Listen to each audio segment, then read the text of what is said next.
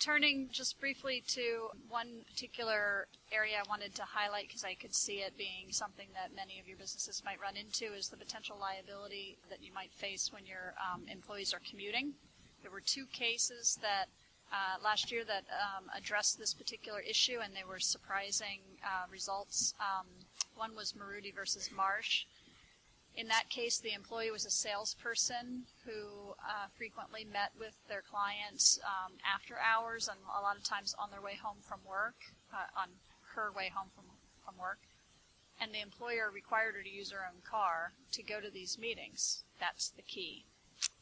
She would sometimes do these things on her way home. One evening, she left work at the end of the day with plans to stop for frozen yogurt, go to yoga, and then go home. Sounds like a nice evening.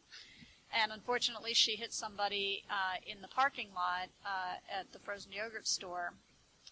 And normally, that would be considered to be within the exception of liability. But the court found that because the employer got an incidental benefit from her use of her own car to run errands, the stop at the yogurt store wasn't unforeseeable deviation.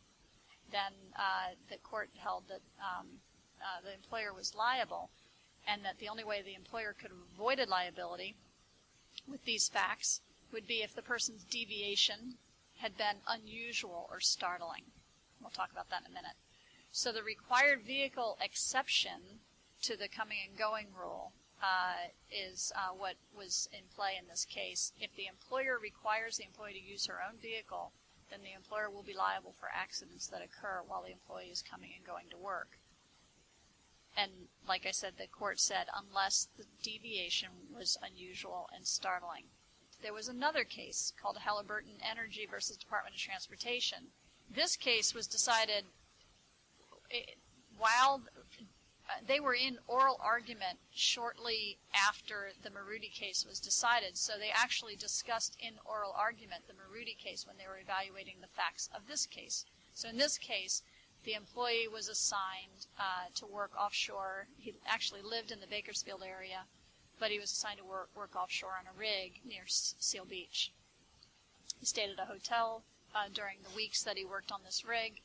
He was assigned a company truck, and he signed a policy statement that acknowledged that he could use the truck to get back and forth to work, and he could make personal errands traveling to and from work, along the way.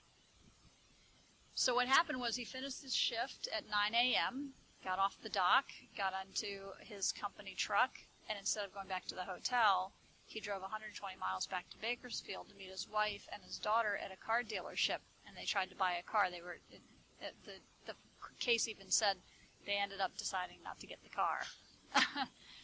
But then they had lunch, and then he started his drive back to Seal Beach because he had a 9 p.m. shift that night, and he got into an accident on the Grapevine 20 miles south of Bakersfield. So in that case, the court held the employer was not liable because there was no connection, no nexus between the employee's trip and the company's business.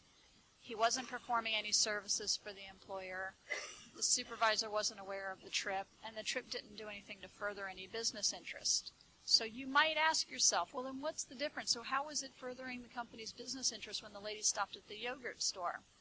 The difference was they were getting an incidental benefit by requiring her to use her own personal car. That was some kind of value that was attributed to the company, and because of that, there was this exception to the coming and going rule. In this case, just before this program, the California Supreme Court denied review, so that means this Halliburton case is also good law.